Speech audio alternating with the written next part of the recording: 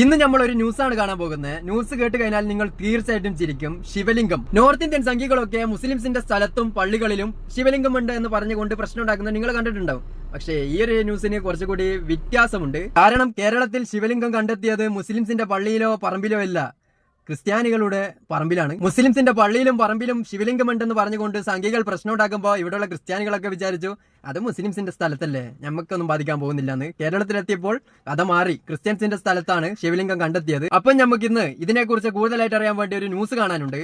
ആകെ 2 ചാനലിൽ മാത്രമേ ന്യൂസ് വന്നിട്ടുള്ളൂ, മീഡിയ 1ലും അതേപോലെ തന്നെ ന്യൂസ് 8ലും. മറ്റുള്ള അറിയപ്പെടുന്ന ചാനലുകൾ എന്തുകൊണ്ട് ഇത് ന്യൂസാക്കിയില്ല എന്ന് എനിക്ക് അറിഞ്ഞുകൂടാ. എന്തായാലും നമുക്ക് ന്യൂസ് 8ൽ വന്ന ആ ഒരു ന്യൂസിന്റെ കുറച്ച് ഭാഗങ്ങളൊക്കെ കണ്ട് മറുപടി കൊടുക്കാനുണ്ട്. നമ്മൾ സ്വതവേ ന്യൂസ് ഒന്നും കണ്ട് റിയാക്ട് ചെയ്യാറില്ല, എന്നാലും ഈ ഒരു വിഷയം അതിൽ മാത്രം വന്നത് കൊണ്ട് നമുക്ക് ന്യൂസ് കണ്ടേ പറ്റൂ. കാണാം.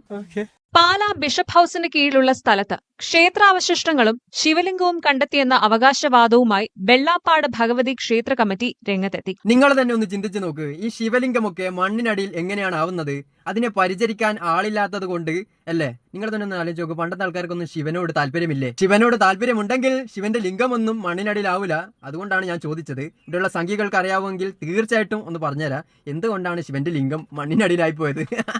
ഒന്ന് പറഞ്ഞുതരണേ സംഘികളെ. പാലാ വെള്ളാപ്പാട് ഭഗവതി ക്ഷേത്രത്തിന് സമീപം പാലാ അരമനവകയുടെ സ്ഥലത്താണ് ഈ വിഗ്രഹങ്ങൾ കണ്ടെത്തിയത്. ചുരുക്കി പറഞ്ഞാൽ ക്രിസ്ത്യാനികളുടെ സ്ഥലത്താണ് ഇപ്പൊ ശിവലിംഗം ഉണ്ടെന്ന് പറഞ്ഞുകൊണ്ട് കുറെ ആൾക്കാർ മുന്നോട്ട് വന്നിട്ടുള്ളത്. ഇതൊരു പക്ഷേ മുസ്ലിംസിന്റെ സ്ഥലത്താണെങ്കിൽ എന്തായാലും നിങ്ങൾക്ക് ആ സ്ഥലം എഴുതി തന്നെ, അതാണല്ലോ ചരിത്രം. പിന്നാലെ ഇത് ശിവലിംഗമാണെന്ന് വെള്ളാപ്പാട് ഭഗവതി ക്ഷേത്രം ഭാരവാഹികൾ അവകാശപ്പെട്ടു. നമ്മൾ സംശയിക്കേണ്ടിയിരിക്കുന്നു. കാരണം അവർക്ക് സംശയം മാത്രമേ ഉള്ളൂ, ഉറപ്പില്ല. വല്ല കരിങ്കല്ലും ആ ഒരു രൂപത്തിലായി മാറിയതാണോ എന്ന് കൂടി നമ്മൾ സംശയിക്കേണ്ടിയിരിക്കുന്നു.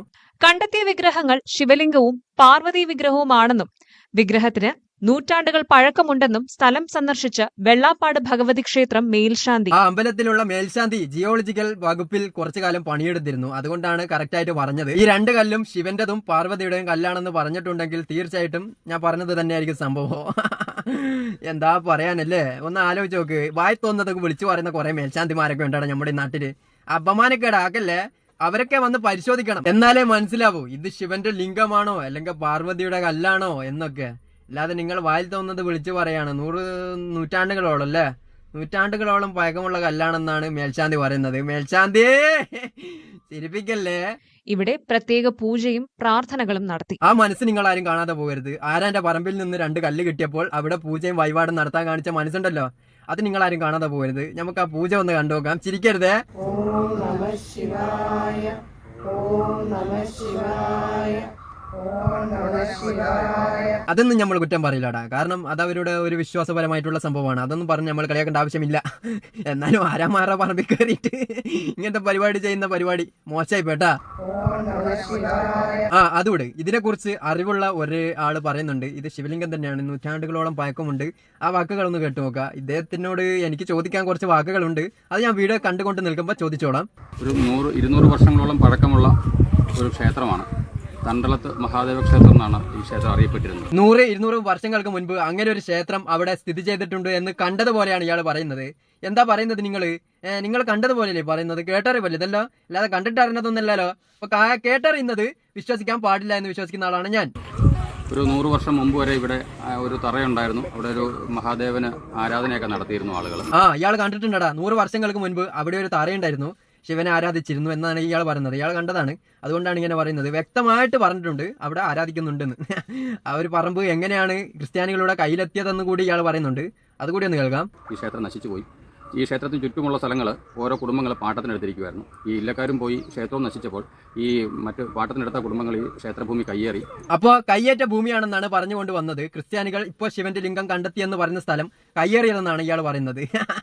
നിങ്ങൾക്ക് ഇത് തന്നെ കിട്ടണം, ഇവിടെയുള്ള കാസക്കുട്ടന്മാർക്ക് ഇത് തന്നെ കിട്ടണം. കാരണം ഈ കാസാക്കുസന്മാര് സംഘികൾ എന്ത് തെണ്ടിത്തരം കാണിച്ചു വെച്ച് കഴിഞ്ഞാലും അതിനെ ന്യായീകരിച്ചുകൊണ്ടാണ് സംസാരിക്കാറ്. ഇപ്പോ അവന്മാർക്ക് തന്നെ കിട്ടി.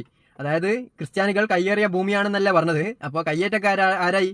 ക്രിസ്ത്യാനികൾ. കയ്യേറിയ ഭൂമിയാണെങ്കിൽ തീർച്ചയായിട്ടും അത് ശിവന്റെ അമ്പലത്തിന് വേണ്ടിയിട്ട് തന്നെ വിട്ടുകൊടുക്കണം എന്നാണ് എന്റെ അഭിപ്രായം. അഥവാ കയ്യേറിയ ഭൂമിയല്ല, ഇവര് പണ്ട് ചെയ്ത ഒരു പരിപാടിയില്ലേ, ബാബരി മസ്ജിദിന്റെ അകത്ത് വിഗ്രഹം കൊണ്ടിട്ട് ഓടിയതുപോലെ ഉള്ള സംഭവമാണ് ഇതെങ്കിൽ തീർച്ചയായിട്ടും നിങ്ങൾ അതിനെ എതിർക്കണം. കാരണം നിങ്ങൾക്ക് വേണ്ടി സംസാരിക്കാൻ വേണ്ടി കാസ എന്ന് പറയുന്ന കൂസക്കൂട്ടന്മാരൊന്നും ഉണ്ടാവൂല. അതുകൊണ്ടാണ് പറയുന്നത് നിങ്ങൾ തീർച്ചയായിട്ടും അത് തീർക്കണം. കയ്യേറ്റ ഭൂമി അല്ലെങ്കിൽ അവരാണ് ഈ ക്ഷേത്രം നശിപ്പിച്ചത്. പിന്നെ ഈ ക്ഷേത്രത്തിലെ വിഗ്രഹങ്ങൾ ഇപ്പോൾ അവിടെ കാണുന്ന ശിവലിംഗം, അത് ശിവലിംഗമാണ്. അത് 2 കേടുപാട് പറ്റിയിട്ടുണ്ട്, 2ആയിട്ട് പൊട്ടിയിട്ടുണ്ട്. അത് അടിച്ചു പൊട്ടി, കല്ല് നമുക്ക് കണ്ടാൽ തന്നെ അത് അടിച്ചു പൊട്ടിച്ചിരിക്കുന്നതാണ്. അപ്പോൾ കയ്യേറ്റം ചെയ്ത ആളുകൾ ശിവലിംഗം അടിച്ചു പൊട്ടിച്ചിരിക്കുകയാണെന്നാണ് പറയുന്നത്. ക്രിസ്ത്യാനികളെ, നിങ്ങളുടെയൊക്കെ കാര്യത്തിൽ ഒരു തീരുമാനം ഇപ്പോൾ അടുത്ത് തന്നെ ഉണ്ടാക്കും സംഖ്യകൾ. കാരണം നിങ്ങളെ കൂട്ടത്തിലുള്ള ആളുകൾ ശിവലിംഗമൊക്കെ അടിച്ചു പൊളിക്കാൻ കാണിച്ച മനസ്സ്, സംഖ്യകളെ നമ്മൾ വെറുതെ വിടാൻ പാടില്ല. കാസാക്കുസന്മാരെയാണ് നമ്മൾ ഫസ്റ്റ് കാച്ചേണ്ടത് അല്ലേ? ശിവലിംഗം തല്ലിപ്പൊട്ടിച്ചു പോലോ. അപ്പം ഇത് വരും ദിവസങ്ങളിൽ ഇത് എന്ത് ചെയ്യണമെന്നുള്ളതിന് അതിൻ്റെ ആചാര്യന്മാരുമൊക്കെ ആയിട്ട് സംസാരിച്ച് അവരുമായിട്ട് ആലോചിച്ച് ഇതിപ്പോൾ ഇത് കയ്യേറിയിരിക്കുന്ന ആളുകൾ അവരുടെ സമൂഹത്തോടു കൂടി അവരുമായിട്ട് ആലോചിക്കണം. അപ്പോൾ നിങ്ങൾക്ക് ന്യൂസിനെ കുറിച്ച് ഏകദേശം ഒരു ധാരണ കിട്ടിയെന്ന് തോന്നുന്നു അല്ലേ? നമ്മളിങ്ങനത്തെ വീഡിയോ ഒന്നും ചെയ്യാറില്ല. വീഡിയോ കാണുമ്പോൾ ഒരു ബോറടിച്ചിട്ടുണ്ടെങ്കിൽ തീർച്ചയായിട്ടും അടുത്ത വീഡിയോ കാണുമ്പോൾ നിങ്ങളെ മാക്സിമം എന്റർടൈൻമെന്റ് ആക്കാൻ വേണ്ടി ശ്രമിക്കാം. അപ്പോൾ ഇതിൽ നല്ല വീഡിയോ ആയിട്ട് നമുക്ക് വീണ്ടും കാണാം. ശിവലിംഗം കൊണ്ടുപോയിട്ടതാണെങ്കിൽ ക്രിസ്ത്യാനികളെ വിട്ടുകൊടുക്കരുത്, മനസ്സിലായോ? അപ്പോൾ നമ്മൾ വീഡിയോ നിർത്താണ്. ഇങ്ങനത്തെ വീഡിയോ ഒന്നും നമ്മൾ ചെയ്യാറില്ല. പിന്നെ ഇത് കണ്ടപ്പോൾ 2 വാക്ക് സംസാരിക്കണമെന്ന് തോന്നി. ക്രിസ്ത്യാനികൾക്ക് വേണ്ടിയിട്ട് ആരും സംസാരിച്ചിട്ടില്ല എന്ന് പറയുന്നതല്ലോ. ഞാൻ എല്ലാവർക്കും വേണ്ടി സംസാരിക്കും. ഈ സംഖ്യകൾക്ക് എതിരാന്നേ ഉള്ളൂ. അപ്പോൾ സബ്സ്ക്രൈബ് ചെയ്യുക. ഇതിന് നല്ല വീഡിയോ ആയിട്ട് നമുക്ക് വീണ്ടും കാണാം. ലൈക്കും ചെയ്യാം. Bye bye.